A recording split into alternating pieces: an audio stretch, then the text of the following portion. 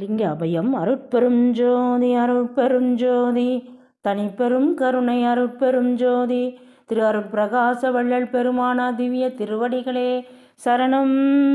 வள்ளல் மலரடி வாழ்க வாழ்க. நல்லோர் நினைத்த நலம் பெருக நன்று நினைத்து எல்லோரும் வாழ்க இசைந்து கொல்லா விரதம் குவலயமெல்லாம் ஓங்குக எல்லா உயிர்களும் இன்புற்று வாழ்க. பெருமானே, சன்மார்க்க உள்ளம், சன்மார்க்க இல்லம், சன்மார்க்க சங்கம், சன்மார்க்க உலகம், சன்மார்க்க உலகம் தழைக்க அருள் தாத்தா. எல்லாம் வல்ல அருட்பெருஞ்சோதி ஆண்டவனே, எல்லாம் வல்ல வள்ளல் பெருமானாரே, எல்லா உயிர்களும் இன்புற்று வாழ்க. வள்ளல் மலரடி வாழ்க வாழ்க. எல்லாம் செயல்கூடும் எல்லாம் செயல்கூடும் எண்ணானை அம்பலத்தே எல்லாம் வல்லாந்தனையே ஏத்து. பெருமானே, சன்மார்க்க அன்பர்களே வணக்கம். ஞானசரியில் 4வது பாடல் தொடர்ச்சி இன்று பார்க்க இருக்கிறோம். ஏற்கனவே பார்த்தது ஒரு 3 வார்த்தைகளுக்கு மட்டும்தான் நம்ம பார்த்தோம். கண்டதெல்லாம் அநித்தியமே, கேட்டதெல்லாம் பழுதே, கற்றதெல்லாம் பொய்யே, இந்த 3 வார்த்தைகள் தான் பார்த்தோம். இன்றைக்கி நீர் கழித்ததெல்லாம் மீனே, அதிலேருந்து பார்க்க போகிறோம். ஒரு சின்ன ரீக்கப் பார்த்துட்டு, கண்டதெல்லாம் அநித்தியமே. நம்ம உலகில் நம்ம பார்க்குற அத்தனையுமே அழிஞ்சு போகக்கூடியது தான், அநித்தியம்தான். அப்போ எதை நம்ம காணணும், காணாத காட்சியை கண்டுகொள்ளலாமேன்ட்டு அந்த அகக்காட்சியில் இறைவனை பார்க்குறது தான் நம்ம நித்தியம் அப்படின்னு சொல்லியிருக்காரு. இதெல்லாம் அநித்தியன் இருக்கார். அதே மாதிரி கேட்டதெல்லாம் பழுதே. நம்ம நல்லவர்கள் அறிஞர்கள் சொன்னதெல்லாம் நம்ம கேட்காம ஃபாலோ பண்ணுறது கிடையாது. அதை கேட்டுட்டு இந்த காலை வாங்கிட்டு இந்த காலை விட்டுட்டு போகிறோம். அதெல்லாம் பழுதாக போயிடுது.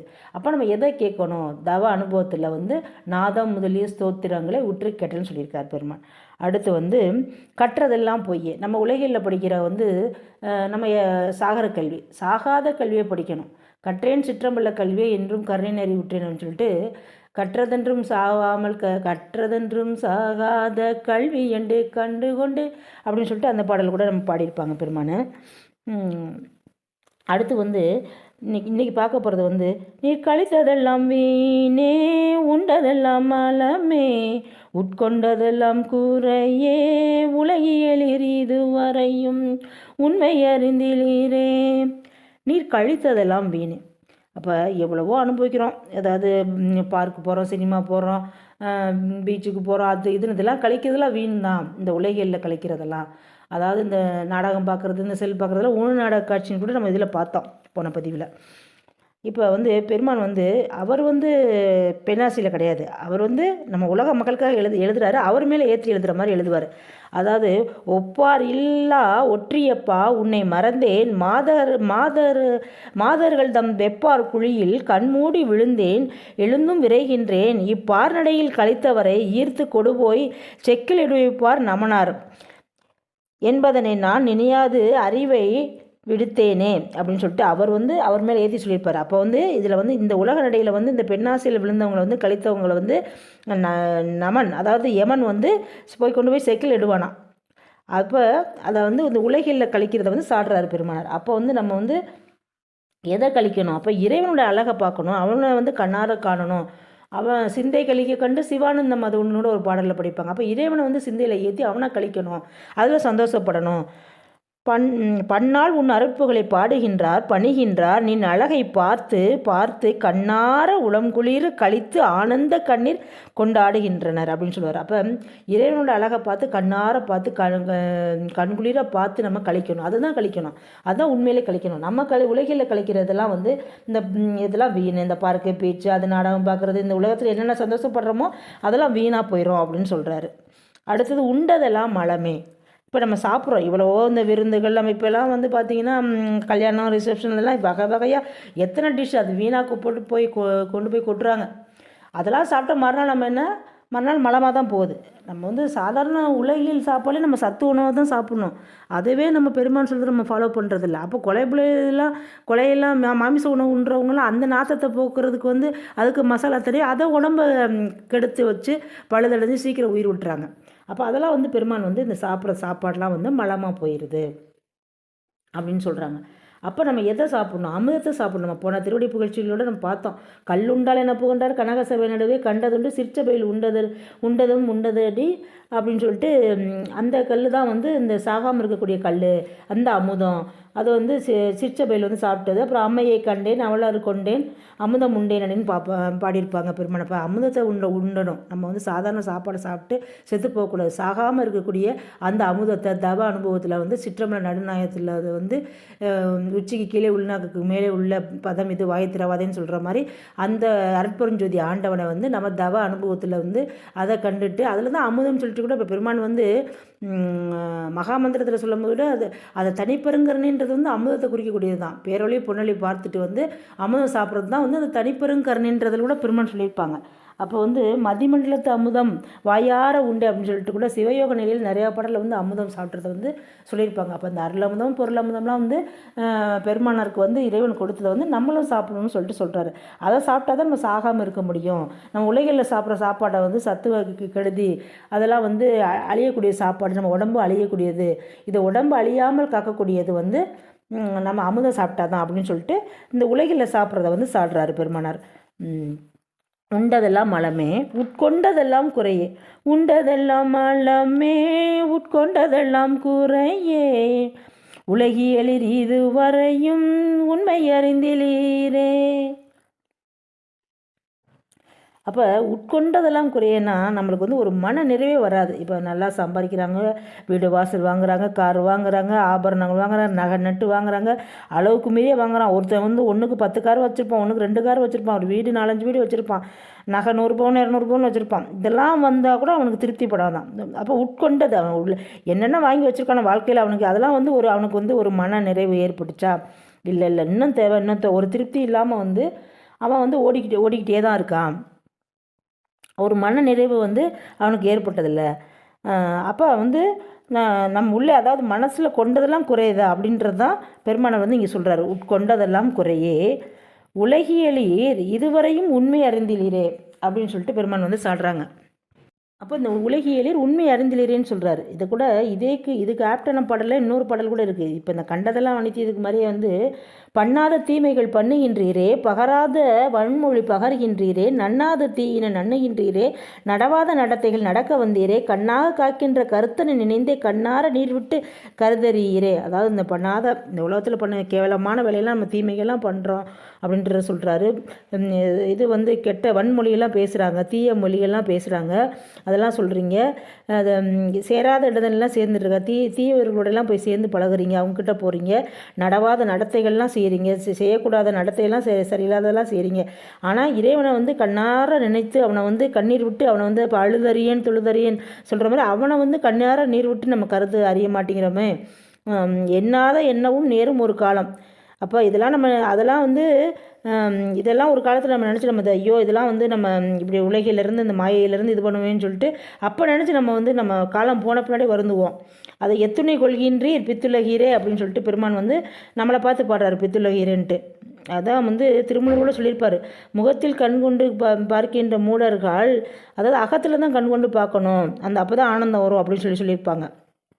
இது வந்து இந்த கண்டதெல்லாம் அனைத்துக்கு ஒரு ஆப்டான இதுக்கு ஒரு ஈக்குவலான பாடல்.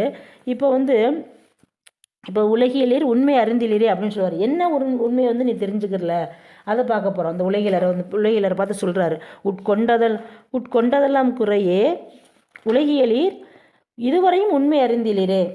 அப்போ இதுக்கு ஒரு பாடல் பார்ப்போம். காடு வெட்டி நிலம் திருத்தி காட்டருவும் போட்டு கரும்பை விட்டு கடுவிரைத்து கழிக்கின்ற உலகி கூடு விட்டு போயினபின் எது புரிவீரிங்கே குடியிருப்பீரையோ நீர் குறித்தறியீரிங்கே பாடுபட்டீர் பயனறியீர் பால் கிரைத்து கழித்தீர் பட்டதெல்லாம் போதும் இது பரமர் வரும் தருணம் ஈடுகட்டி வருவீரேல் இன்பம் மிக பெறுவீர் என்மை உரைத்தேன் நலன் நான் உண்மை உரைத்தனனே. அப்போ இந்த காடு வெட்டி இதெல்லாம் இப்போ ஒரு உடம்பை வச்சுக்கிட்டோன்னா இதை வந்து நல்லா பக்குவப்படுத்தி நம்மளுக்கு வந்து இறைவன் கொடுத்த உடம்பு அதில் வந்து காட்டெரும்புலாம் போட்டு நல்லா வந்து ஒரு கரும்பை பயிரிடணும். நல்ல ஒரு தவ அனுபவம் மூலமாக ஒரு ஜீவகாரணிய தயவு இதெல்லாம் விட்டு ஒரு நல்ல ஒழுக்கம் பக்தி இது மூலமா வந்து கர்ம இது பண்ணுறதுக்கு போல நம்ம கடுகை உரைக்கிறோம். கடுகுனா ஒரு விசைச்செடி மாதிரி, கடுகை விரைத்து கழிக்கின்ற உலகிது. அப்போ நல்லதை விட்டு கெட்டதை நம்ம செய்கிறோம் இல்லையா, அதுதான் கழிக்கின்ற உலகில் இந்த உயிர் போன பின், இந்த கூடு விட்டு போயின பின், இந்த உயிர் போன பின் எங்கே போவீங்க, என்ன செய்வீங்க, எது புரிவீர், எங்கே குடியிருப்பீங்க, ஐயோ நீ இதை பற்றி நீ குறித்து கவலைப்பட மாட்டேங்கிறியே, இங்கெல்லாம் இவ்வளோ உலகத்துலேருந்து பாடுபட்டானா பயன் தெரியலையே உனக்கு, பாலுக்கு இறைத்து, அதாவது வீணுக்கு இறைத்து விழலுக்கு இறைத்த நீர் மாதிரி அதில் வந்து நம்ம இந்த உலகிலே இருந்து நம்ம வீணை அழிஞ்சு போயிடுறோமே, பாலுக்கு இறைத்து கழித்தீர் பட்டதெல்லாம் போதும், அதாவது பட முடியாத அரசு நீ பட்டதெல்லாம் போதும்னு சொல்லிட்டு அந்த ஒரு பாடலில் சொல்லியிருப்பாங்க. இந்த மாதிரி பல பிறவியில் எடுத்து இது பண்ணிட்டு உயிர் போனப்போ நம்ம எங்கே போவோம் அப்படின்னு சாடுறாரு. இது வந்து பரமர் இறைவன் வரைக்கும் வரக்கூடிய தருணம். ஈடுகட்டி வருவீர்கள்னா நம்ம எல்லாத்தையும் இந்த ஜீவகாரணியம், இந்த பக்தி, ஒழுக்கம், தயவு, தவம் இதெல்லாம் சேர்த்துக்கிட்டு நம்ம போகணும் இறைவன்கிட்ட. அப்போ நம்ம இன்பத்தை பெறலாம். கடவுள் வர்ற தருணத்தில் நம்ம இதெல்லாம் நம்ம ஜீவகாரணியத்தையோடு இருக்கணும், இறைவனை நினச்சி பாடணும், பக்தி செய்யணும், தவம் பண்ணணும், ஒழுக்கமாக இருக்கணும். பெருமான் சொன்ன அந்த இந்திரிய ஒழுக்கம், காரண ஒழுக்கம், ஜீவ ஒழுக்கம், ஆன்ம ஒழுக்கத்தெல்லாம் ஃபாலோ பண்ணணும். எல்லா உயிர்கள்ட்டையும் வந்து தயவோடு இருக்கணும். இதெல்லாம் எடுத்துக்கிட்டு நம்ம போனோம்னா இறைவன் வர்ற தருணம் வந்து நம்ம வந்து சந்தோஷப்படலாம், இன்பம் மிக பெறலாம். நான் வந்து பொய் சொல்லலை, என்மை உரைத்தேன் அலன். என்மைனா இங்கே வந்து பொய்ன்னு அர்த்தம், பொய் சொல்லலை, பொய் உரைக்கலை, நான் உண்மை உரைத்தினனே அப்படின்னு சொல்லிட்டு இந்த நம்ம உலகிற்கு வந்து இதுவரை நம்ம உண்மை அறிந்திருக்கலையே, இந்த உண்மையை தெரிஞ்சுக்கங்க. இறைவன் வரக்கூடிய நேரம் உலகியலீர் இதுவரையும் உண்மை அறிந்தில்லையே, இந்த உண்மையை தெரிஞ்சுக்கங்கப்பா அப்படின்னு சொல்கிறார் இறைவன். இந்த வந்து நல்ல இந்த உடம்புல வந்து நம்ம உயிர் போச்சுன்னா வந்து நம்ம என்ன எங்கே போவோம், என்ன செய்வோம், ஏது புரிவோம், நம்ம இப்படியே பல பிறவிகளாக வந்து பிறவி வந்து பிறந்து இறந்து எத்தனை பிறவிகளில் எத்தனை தாய் தந்தையரோ எத்தனை மனைவியர்களோ அது மாதிரி நம்ம கடலில் இருக்க மண்ணை கூட அளந்துடலாமா. ஆனால் அத்தனை பிறவிகள் அத்தனை யோனிகள் வயிற்றுல வந்து நம்ம புல்லா பூடா இந்த மாதிரி 84 லட்சம் ஆன்மா யோனி பதன் இருக்காங்க. இத்தனை பிறவிலாம் நம்ம பிறந்து வந்திருக்கோம். அப்போ இதெல்லாம் பண்ணாதீங்க. இதெல்லாம் வந்து இறைவன் வர டயத்தில் வந்து நம்ம வந்து இதெல்லாம் அந்த ஜீவாரணத்தையோடு இருந்து பக்தியோடு இருந்து ஒழுக்கத்தோடு இருந்து தவத்தோடு இருந்து வந்தால் நம்ம இன்பத்தை பெற்றுக்கொள்ளலாம் அப்படின்னு சொல்லிட்டு நான் பொய் சொல்லலப்பா அப்படின்னு சொல்லிட்டு உண்மை உரையத்தேன்னு சொல்லிட்டு சொல்கிறாரு. நீங்கள் உண்மை அறிந்தில்லை, இந்த உண்மையை தெரிஞ்சுக்கங்க அப்படின்னு சொல்கிறாரு. உண்மை அறிந்திலீரே விண்டதனால், அதாவது வெளிப்படையாக சொல்கிறேன், இல்லை இந்த மேலே சொன்னதெல்லாம் இதெல்லாம் பண்ணாதீங்க அப்படின்னு சொல்லிட்டு வெளிப்படையாக கூப்பிட்றாரு. விண்டதனால் என் இனி நீர் சமரச சன்மார்க்க மெய்நெறியை கடைபிடித்து, விண்டதனால் என் இனி நீர் சமரச சன்மார்க்க மெய்நெறியை கடைபிடித்து மெய்ப்பொருள் நன்குணர்ந்தே எண்டகு சிற்றம்பலத்தை எந்த அருள் அடைமீன் இரவாத வரம் பெறலாம் இன்பமுறலாமே. அப்போ இதெல்லாம் பண்ணாதீங்க. அந்த கண்டதெல்லாம் அந்த உலகில் வந்து கண்டதெல்லாம் அனைத்தையும், கேட்டதெல்லாம் பழுது, கட்டுறதெல்லாம் பொய், நீர் கழித்ததெல்லாம் வீணு, உண்டதெல்லாம் மலம், உட்கொண்டதெல்லாம் குறை, உலகிலே இந்த உண்மையெல்லாம் தெரியலையே, கடவுள் வரப்போகிற தரணும், நீங்கள் வந்து சமரச சன்மார்க்க மெய்நெறியை கடைபிடிச்சி வந்தீங்கன்னா இந்த மெய்ப்பொருளை நன்கு உணரணும் அப்படின்னு சொல்கிறாரு. எதுப்போ சமரச சன்மார்க்கத்தில் என்ன சொல்கிறாங்க, இறைவன் ஒருத்தன் தான் சொல்கிறாரு. அந்த சன்மார்க்கத்தில் வந்து அந்த இறைவனை வந்து நம்ம வந்து கடைபிடித்த பக்தி, ஒழுக்கம், தவம், ஜீவகாரணி இதெல்லாம் கடைபிடிக்கணும். அப்போ அந்த ஒரு ஏக இறைவனை வந்து அந்த இறைவனை வந்து நம்ம வந்து அவனோட அருள் நம்ம எப்படி பெற்றுக்கொள்ளணும். அந்த சன்மார்க்க சங்கம் தான் வந்து நம்முடைய இது வந்து பிற உயிர்கள் மீது நம்ம ஆண்மனை ஒருமைப்பாட்டோடு இருந்தோம்னா பிற உயிர்கள் மீது நம்ம காட்டும் தயவினால் வந்து பெற முடியும். அப்போ அதுதான் சன்மார்க்கத்தில் போதிக்கிறாங்க, பெருமான் சொல்கிறாங்க. அப்போ இறைவன் மீது நம்ம காட்டுற பக்தி ஒன்று தான் வந்து நம்ம செய்த வினைகள்லாம் போக்கி நம்ம வாழ்விக்கும். இதை பற்றி சன்மார்க்கத்தில் பெருமான் சொல்கிறார். ஊழை அகற்றும் உழவரியாக பொய்ன்னு சொல்கிறார். அப்போ வினையை வந்து அகற்ற முடியும். அப்போ ஜீவகாரணியத்தினால் மட்டும்தான் வந்து அவனோட அருளை பெற முடியும். இந்த மாதிரி சன்மார்க்கத்துக்கு வந்தால் இந்த இந்திரிய ஒழுக்கம், கரண ஒழுக்கம், ஜீவ ஒழுக்கம், ஆன்ம ஒழுக்கம், அந்த 4 ஒழுக்கங்கள் நம்ம கடைபிடித்து இது கடைபிடிக்கிறது தான் சன்மார்க்க. இதை எப்படி வந்து இதை கடைபிடிச்சா நம்ம அடைய வேண்டிய புருஷார்த்தங்கள், நம்ம அடைய வேண்டியது என்னென்னா அதை வந்து ஏமசித்தி, அதாவது இந்த இந்திரிய ஒழுக்கத்தை கடைபிடிச்சா நம்ம ஏமசித்தியை பெற்றுக்கொள்ளலாம். அந்த வந்து தங்கம் உடம்பை வந்து தங்கமாக ஆக்கக்கூடியதை வந்து நம்ம பெற்றுக்கொள்ளலாம். கரண ஒழுக்கத்தை ஃபாலோ பண்ணால் சாகாத கல்வியை பெற்றுக்கொண்ட மாதிரி அந்த புருஷார்த்தம். அப்போ ஜீவ ஒழுக்கத்தை கடைபிடிச்சோம்னா தத்துவம் நிற்கிறோம், செஞ்ச எல்லா தத்துவத்தையும் நம்ம நிற்கிற பண்ணி ஜெயிச்சிருவோம், தத்துவம் வெற்றி பண்ணிடுவோம். அப்புறம் ஆன்ம ஒழுக்கத்தை கடைபிடிச்சா கடவுள் நிலையிலிருந்து அம்மைய மாதிரி. அப்போ அது வந்து ஆன்ம ஒழுக்கம்னா எறும்பு முதல் யானை வரை உள்ள உயிர்களை வந்து ஒரே மாதிரி பார்க்கக்கூடியது வந்து வந்துடும். அப்போ இந்த சன்மார்க்க சங்கத்தில் தான், அதாவது பொத்திய மலப்பினி புழு குரம்பை தான் சித்தியல் சுத்த சன்மார்க்க சேர்ப்பினால் நித்தியமாகிய நிகழும் என்பது சத்தியம் சகத்துள்ளீர்களே அப்படின்னு சொல்கிறாரு. நம்ம இந்த மலை அந்த 9 தூரத்தில் மலம் தான் பூரா அடங்கியிருக்கு. அதாவது இந்த இந்த உலகில் சாப்பிட்ற சாப்பாடில் சாப்பிட்ட மலமாக இருந்தாலும் சரி, ஆணவம் கண்ம மாயை இந்த மாதிரி அழுக்கு தான் அந்த உடம்பு ஃபுல்லாக. இந்த சன்மார்க்க சேர்ப்புனால தான் நம்ம வந்து இந்த உடம்பை வந்து நித்தியமாக்கிக்க முடியும். இது சத்தியம் அப்படின்னு சொல்லிட்டு பெருமான் வந்து சொல்கிறாங்க. அப்போ சன்மார்க்க நெறியை வந்து நம்ம கடைபிடிச்சு இங்கே வந்து கூப்பிட்றாரு. அப்போ உலகியலில் இதுவரையும் உண்மை அறிந்திலேரே விண்டதனால் என் இனினே சமரச சன்மார்க்க மெய்நெறியை கடைபிடித்து மெய்ப்பொருள் நன்குணர்ந்தேன். இப்போ இந்த நம்ம சொன்ன அந்த சன்மார்க்க மெய்நெறி, இந்திரிய ஒழுக்கம், காரண ஒழுக்கம், ஜீவ ஒழுக்கம், அந்த இறைவன் ஒருத்தந்தான். இதனால் வந்து நம்ம ஏமசக்தி சக கல்வி பெற்றுக்கிறது, ஆண்மனை உரிமை பற்றியப்பட்டுக்கிறது, அந்த மாதிரி இதெல்லாம் இந்த மெய்நெறியை கடைபிடித்து அப்போ அதுக்கு இதை கடைபிடிச்சா நம்மளுக்கு என்ன வரும்? மெய்ப்பொருள் நன்குணது. அப்போ மெய்ப்பொருள் எது? சிவமே பொருள் என்று தேற்றி. அப்போ அந்த இறைவன் தான் நம்மளுடைய மெய்ப்பொருள். அதான் நம்ம உணர்ந்துக்கிற முடியும். எண்டகு அப்படின்னா என்ன தகுந்த அந்த சிற்றம்பலத்தில் அந்த பூர்வமத்தில் இருக்கக்கூடிய அந்த இறைவனை வந்து இந்த சமரச மெய்நெறியை கடைபிடிச்சி சிவன்தான் பொருள் அப்படின்னு நம்ம தெரிஞ்சுக்கிறத வந்து இந்த பூர்வமத்தியில் தவம் பண்ணி சிற்றம்பலம், சித்து ப்ளஸ் அம்பலம், இந்த ஞானத்தை கொடுக்கக்கூடிய அம்பலம், இந்த பூர்வமத்தில் இருக்கக்கூடிய சிற்றம்பலத்தை அப்போ என்ன தகுந்த நம்ம சிற்றம்பலத்தை எந்த யாரில் அடைமீன். அப்போ இந்த சிற்றம்பலத்தில் நம்ம தவம் பண்ணோம்னா சன்மார்க்க மெய்நெறியை கடைபிடித்து அந்த மெய்ப்பொருள் எது மெய்ப்பொருள்? சிவன் தான் மெய்ப்பொருள். அந்த இறைவன் தான், அந்த அருட்பெருஞ்சோதி ஆண்டவன் தான் மெய்ப்பொருள். அதை வந்து சிற்றம்பலத்தில் பூர்வமத்தில் தவம் புரிந்து நம்ம பெற்றுக்கொண்டுட்டோன்னா நம்முடைய எந்த இறைவனை வந்து எந்த இறைவனை வந்து கூப்பிட்றாரு அந்த இறைவனோட அருளை வந்து நம்ம பெற்றுக்கொள்ளலாம். எந்த யாரில் அடைமீன்? எண்டகு சிற்றம்பலத்தை எந்த யாருள் அடைமீன் இரவாத வரம் பெறலாம் இன்பமுறலாமே. இந்த மாதிரி வந்து மெய்ப்பொருள் நன்குணர்ந்து இறைவனை வந்து புருவமத்தில் தவம் பண்ணி இறைவனை அடைஞ்சோன்னா நம்ம வந்து சாகாத வரத்தை பெற்றுக்கலாம், இன்பமுறலாமே. அப்போ இன்பமுறலாமேன்றதை வந்து இந்த பாடலில் முடிச்சிருப்பாங்க. அடுத்த பாடலில் வந்து இன்புறலாம் எவ்வுலகும் ஏத்திட வாழ்ந்துடலாம்னு ஆரம்பிச்சிருப்பார். அப்போ இந்த பாடலை இதோடு முடிச்சு கொண்டுட்டோம். இதே நேரங்கள் ஆகிவிட்டது. அப்போ வந்து பெருமான் சொல்கிற மாதிரி இந்த உலகில் இருக்கிறதெல்லாம் அனித்தியம், நம்ம வந்து கேட்டதெல்லாம் பழுது, கட்டுறதெல்லாம் பொய், கழித்ததெல்லாம் வீண், உண்டதெல்லாம் மலம், உட்கொண்டதெல்லாம் குறை.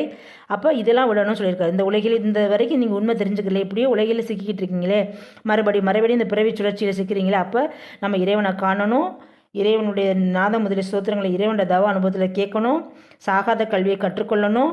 நம்ம கழிப்பெல்லாம் வந்து சிந்தை கழிக்க கண்டு சிவானந்த மதம் உண்டுன்ட்டு சிந்தையில் வந்து இறைவனத்தை கழித்து ஆனந்தம் பெறணும். அந்த அமிர்தத்தை உண்ணணும், சாப்பிடணும். அந்த இறைவனத்தை நம்ம நினைக்கணும், இந்த அருளியலத்தை நினைக்கணும், உலகில் நினைக்கக்கூடாது. உலகியலர் இந்த மாதிரி நம்ம இருந்து வந்தோம்னா இந்த சன்மார்க்க மெய்நெறியை நம்ம வந்து கடைபிடிச்சோன்னா, அதாவது சன்மார்க்க மெய்நெறி வந்து இறைவன் ஒருவன் தான். இந்த 4 இந்திரிய ஒழுக்கம், கரண ஒழுக்கம், ஜீவ ஒழுக்கம், ஆன்ம ஒழுக்கத்தை கடைபிடித்து ஏமசித்தி சாகா கல்வி இந்திரிய நிக்கிரகம் செய்தல் கடவுள் நேர்ந்து அம்மைய மாதிரி இந்த புருஷார்த்தங்களை கைவர பெற்றுக்கொண்டு அதாவது இதுதான் வந்து சன்மார்க்க மெய்நெறி. இதை கடைபிடித்து மெய்ப்பொருள் சிவன் தான் மெய்ப்பொருள், அந்த அற்புறஞ்சொதி ஆண்டவன் தான் மெய்ப்பொருள். அதை நம்ம நன்கு உணர்ந்து சன்மார்க்கத்தில் மட்டும்தான் அதை உணர முடியும். அப்போ அந்த சிற்றம்பலத்தில் புருவ மத்தியில் தவம் பண்ணி அந்த இறைவனை வந்து அருள் அடைஞ்சு நம்மளுடைய சாகாத வரத்தை பெற்றுக்கொள்ளலாம், இன்பம் வரலாம், சந்தோஷமாக இருக்கலாம். பெருமான் கூப்பிட்றாரு. இதிலே வந்து 18 நிமிஷம் ஆயிடுச்சு. ரொம்ப நன்றி நண்பர்களே. ராமலிங்க அபயம். அருட்பெரும் ஜோதி தனிப்பெரும் கருணை அருட்பெரும் ஜோதி திரு அருட்பிரகாச வள்ளல் பெருமானார் திவ்ய திருவடிகளே சரணம். வள்ளல் மலரடி வாழ்க வாழ்க, எல்லா உயிர்களும் இன்புற்று வாழ்க. ராமலிங்க அபயம். வள்ளலாரின் மேன்மைகள் சேனலை வந்து சப்ஸ்கிரைப் பண்ணுங்கள் அன்பர்களே, லைக் பண்ணுங்கள், ஷேர் பண்ணுங்கள். நன்றி அன்பர்களே. வணக்கம். ராமலிங்க அபயம்.